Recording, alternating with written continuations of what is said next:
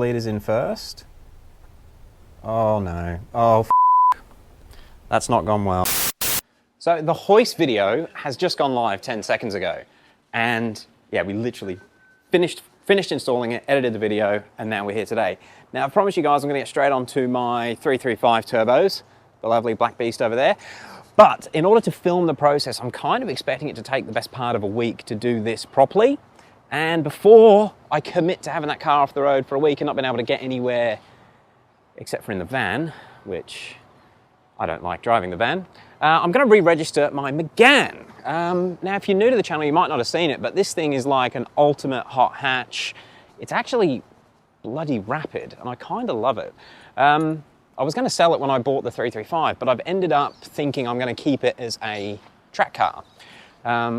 Believe it or not, it's probably the fastest car through the twisties I've ever driven. Yes, even faster than the Evo 6. So before I get that registered, I'm going to go and get that done tomorrow. I do want to give it a service because it's due in about 400 kilometers. So I thought, why not do it now so I don't end up putting it off or forgetting about it. So I'm going to change the oil on that. And that's what this video is. So let's get it on the hap.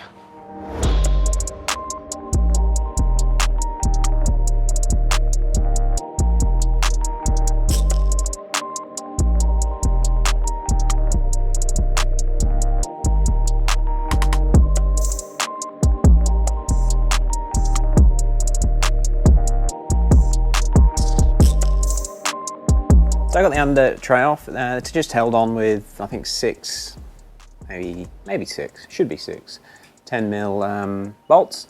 And I've got to say, it's fascinating having a hoist and being able to have a look at cars that we've had for a while that we've never actually seen this view on before.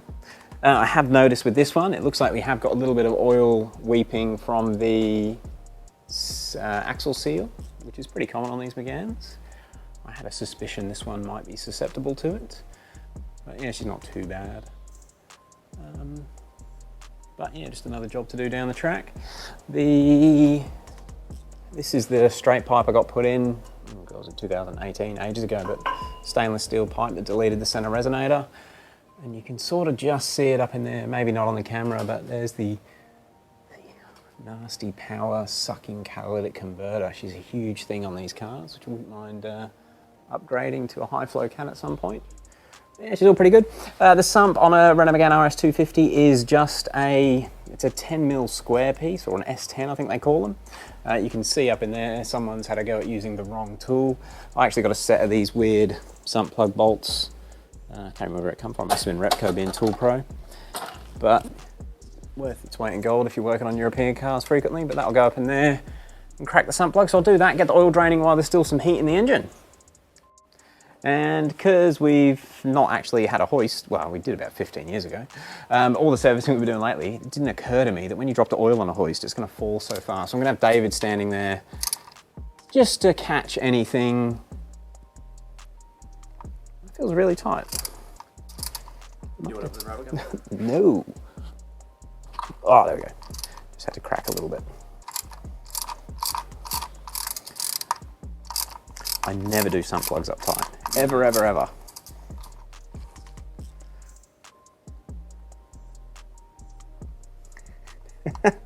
Oh, we're gonna get oily. Should put gloves on, but you know how it is. Sorry about the darkness, guys. Got the lights on the floor, which we're blocking out at the moment.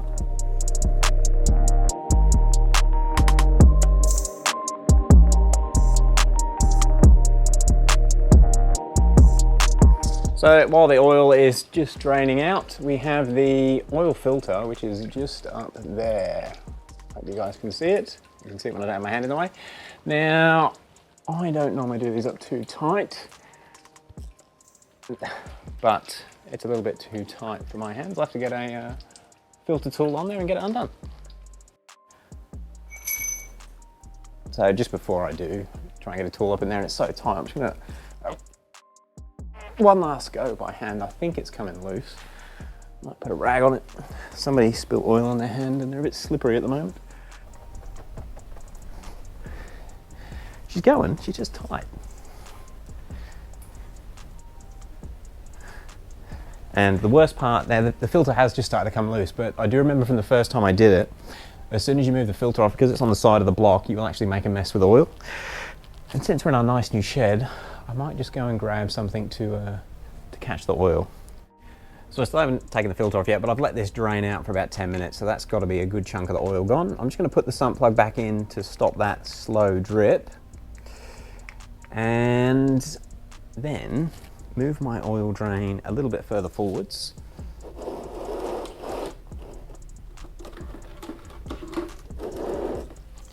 Because I want to try and catch any oil that comes out of that oil filter. I'm also going to run this lovely rag, which is almost too nice to use for an oil rag, up there as well. So we should catch most of it.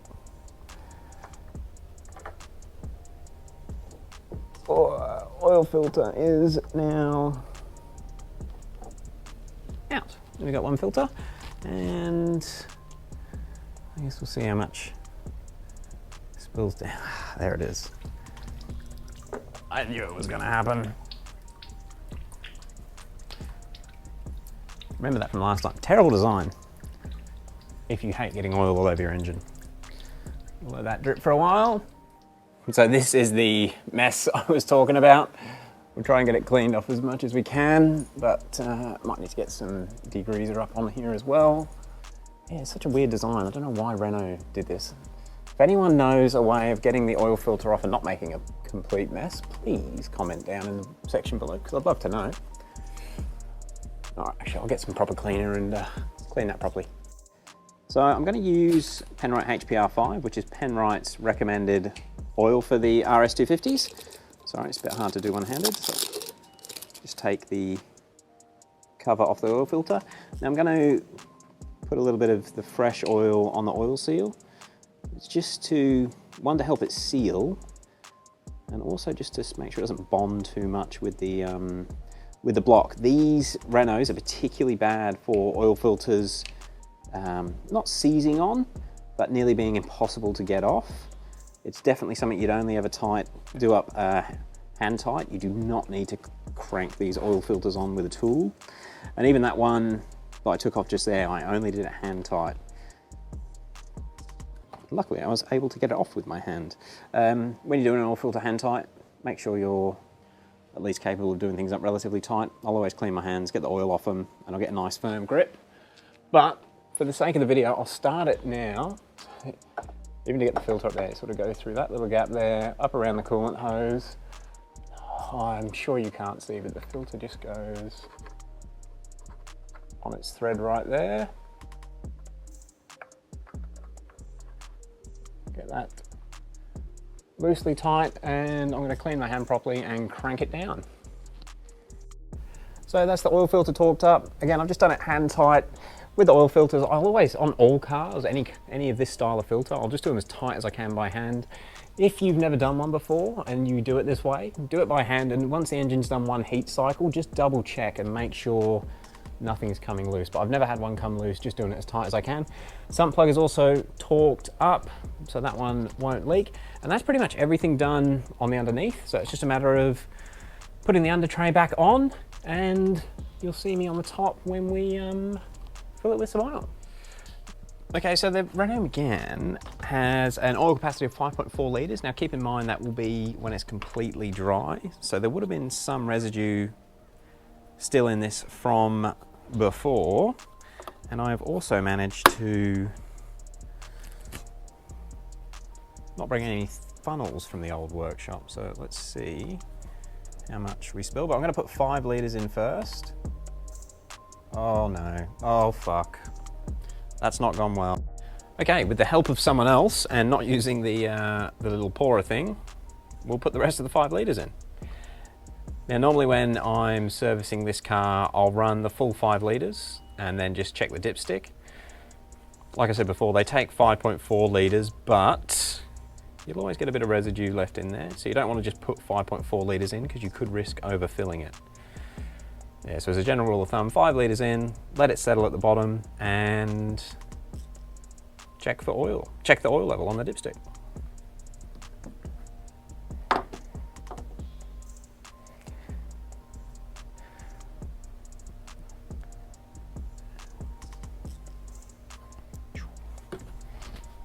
buttons in, so we'll give it a few seconds, then we'll check the dipstick. So we'll just give the dipstick a check. We'll clean it first. Go back in.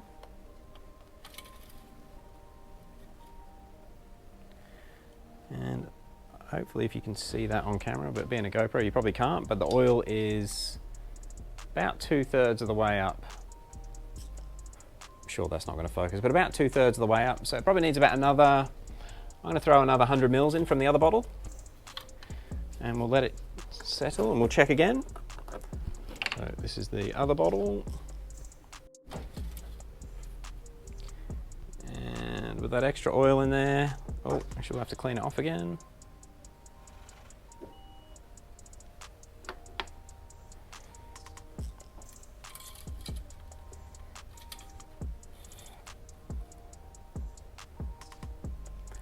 And with the extra oil in there, we're a little bit past, we're just up to about there, so we're a little bit over full. So I'm gonna start her up. That will fill up the oil filter, and hopefully, once it's been running for a few minutes, it'll all settle and it should be about bang on.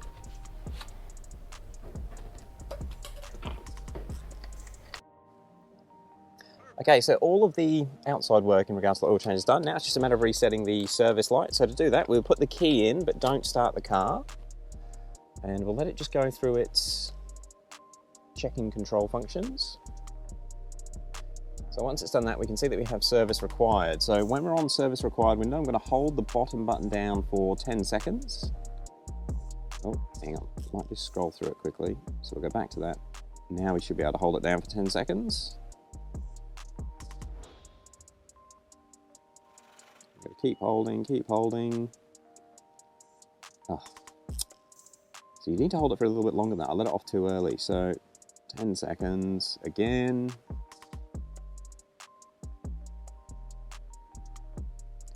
So it'll show that. And that's it. That's just reset the oil service for another 12 months or 10,000 kilometers. So you should be able to scroll through, press and hold. Everything's good. Cool. Now we'll just start her up.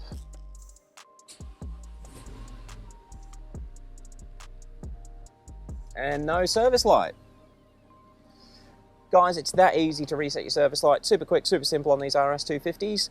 And the oil change is pretty good too. My take on oil changes with these, you're better off doing it more often than not. This car does have a stage 1 tune, and I've actually been changing the oil every 3,000 kilometers, which I know sounds like a lot, but every time I drive it, I'm up on boost, I'm giving it a bit of a hard time, and the main thing that kills any engine is oil degradation. So you're better off spending a little bit more money doing a service, which is pretty cheap. It's under 100 Australian to service these. Yeah, and just keep your engine with its nice fresh oil. I'm gonna sign it off there. Thank you very much for watching. If you've got any questions about servicing your Renault Megane, or any questions about these RS250s, I've had this for a couple of years now, absolutely love the thing. Hit us up in the comments below with those, and we'll catch you on the next one. Peace.